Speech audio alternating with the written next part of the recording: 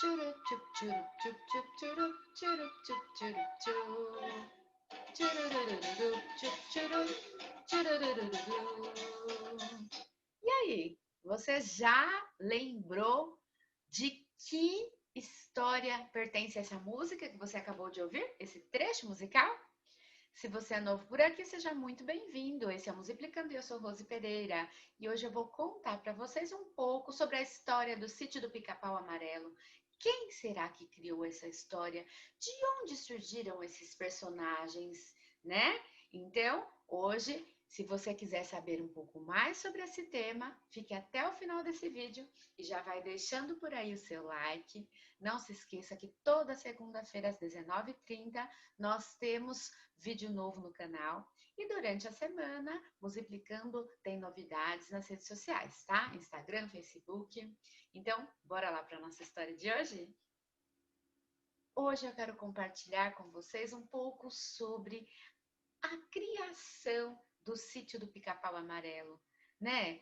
Alguns personagens têm grande destaque. E de onde surgiram esses personagens? Por que e por quem foi criado o Sítio do Pica-Pau Amarelo? Vamos saber sobre isso hoje, hein? Então eu quero compartilhar com vocês nesse momento algumas imagens, tá? Que eu criei para ajudar nessa contação. Então vamos lá com vocês, o Sítio do Pica-Pau Amarelo. Marmelada de banana, bananada de goiaba, goiabada de marmelo. Tchu, tchu, tchu, tchu. Sítio do Pica-Pau Amarelo. Sítio do Pica-Pau Amarelo. Então, hoje nós vamos falar sobre essa imagem, essa pessoa, Monteiro Lobato. Ele foi o criador do Sítio do Pica-Pau Amarelo. E a verdade é que ele nunca cresceu. Mesmo depois de adulto, ele amava o universo infantil. E ele se baseou para criar essa história nos livros que ele lia quando era criança, porque ele sempre amou ler. Porém, gente, o Monteiro Lobato, quando era criança, ele não encontrava livros para crianças, então ele acabava lendo os livros de adulto mesmo, tá? Então, ele decidiu, quando adulto, fazer livros para crianças. Mas com qual diferença? Antigamente os livros, eles eram apenas escritos, né? Só tinham palavras, não tinham imagens. E isso não chama muito a atenção das crianças, não é mesmo? Mesmo porque muitas crianças não sabem ler. E a única forma de entender a história, identificar a história, é através das imagens, das ilustrações. E por isso Monteiro Lobato resolveu então criar um livro infantil. E ele pensou, mas sobre o que eu poderia falar no meu livro?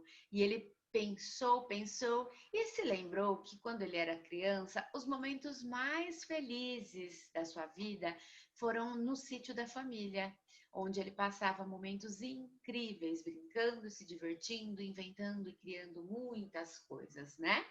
Então ele resolveu falar sobre esse sítio. E foi assim que surgiu o Sítio do Pica-Pau Amarelo. Porém, o Monteiro Lobato sabia que ele precisava de personagens para contar as suas histórias, né? E não somente de histórias. E aí ele resolveu pensar que personagens podem fazer parte dessas minhas criações. E foi aí que surgiram, então, alguns deles vocês vão conhecer no vídeo de hoje, tá? Olha só, esse era o sítio, né? A ideia do Monteiro Lobato de sítio, onde ele passou por muitos momentos felizes da sua vida. Agora pensa bem, se você estivesse no lugar dele e só existissem livros com palavras, será que isso seria interessante para você? Para você criança? As ilustrações foram criadas para ajudar as crianças a entender as histórias e também é uma forma muito divertida, né? Muito atrativa. Vamos então utilizar aqui a frase do Monteiro Lobato. Pirlim pim pim. Toda vez que ele usa essa varinha de pirlim pim pim, algo de mágico acontece na sua história, tá? E usando essa varinha de pirlim-pim-pim, surgiu o Visconde de Sabugosa, que era uma espiga de milho que muito inteligente, viu? Também amava ler, assim como Monteiro Lobato. Ele gostava tanto de ler, que ele sabia sobre muitas áreas. Ele sabia sobre muitas coisas, né? E então, o Visconde de Sabugosa era uma espiga de milho que falava e falava muito.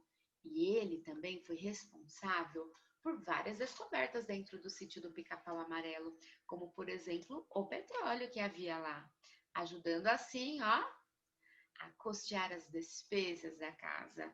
Inteligente esse Visconde de Sabugosa, né? Outro personagem criado por Monteiro Lobato nessa história é a Cuca, uma bruxa muito malvada que vivia numa caverna, né, gente? E ela tinha um humor terrível. Sabe por quê? Normalmente ela dormia uma noite a cada 7 anos. Então ela ficava num humor péssimo. E a vida dela, então, devido a toda essa situação, era pensar em maldades para fazer com as pessoas e principalmente com os personagens do sítio do Pica-Pau Amarelo. O sonho da Cuca era invadir o sítio do Pica-Pau Amarelo e ela vivia criando poções para tentar enganar, mascarar a sua forma e conseguir realizar o seu plano maligno de invadir o castelo e de aprontar coisas terríveis com as pessoas e os personagens de lá. Porém, ninguém suportava essa música, essa bruxa, aliás, né? A única pessoa que de vez em quando tinha um pouquinho de paciência com ela, sabe quem era? O seu primo, o Saci, que era outro levado, né? Moreninho, de gorro vermelho, de roupa vermelha e com uma perna só, o Saci aprontava. Mas ele não era com o coração totalmente mau, não. Ele gostava de ver as pessoas preocupadas procurando coisas, ele gostava de pregar peças nas pessoas, né? Ele escondia os ingredientes quando a tia Anastácia ia fazer bolo, ele gostava muito de prender as crinas dos cavalos, né? Trançar, torcer, enfim, ele aprontava muitas travessuras e vivia para lá e para cá na floresta, tá? O Saci, ele gostava de confundir as pessoas. Essa era a coisa que ele mais aprontava pela floresta, tá? E aí, como eu já disse, né, a tia Anastácia, que o Saci amava pregar peças, é essa senhora muito simpática, muito sorridente, amorosa, que contava muitas histórias, porque ela gostava muito de falar, né? Aliás, ela gosta muito de falar. E todos no sítio amavam a tia Anastácia. Sabe o que ela vivia fazendo para agradar as crianças do sítio? Bolo, ela amava. E toda vez que ela começava a fazer o seu bolo e aquele bolo começava a assar, espalhava aquele cheirinho pelo sítio e as crianças logo sabiam que era a hora de correr porque estava chegando o café da tia Anastácia. Bolinho quente, que delícia! Essa tia Anastácia, ela era muito amada por todos no sítio. Lá também e tem uma coisa.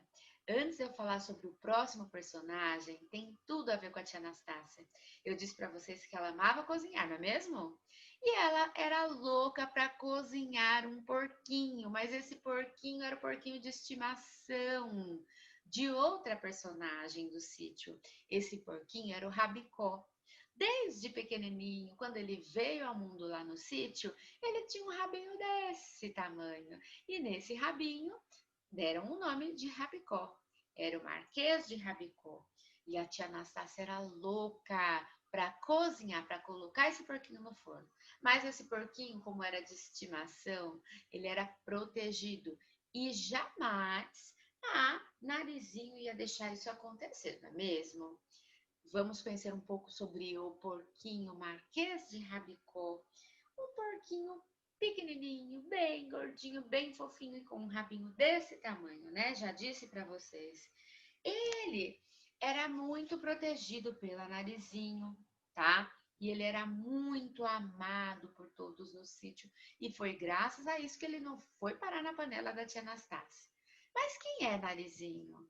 Narizinho é essa menina simpática, amorosa, meiga, carinhosa e muito inteligente. Ela amava viver no sítio.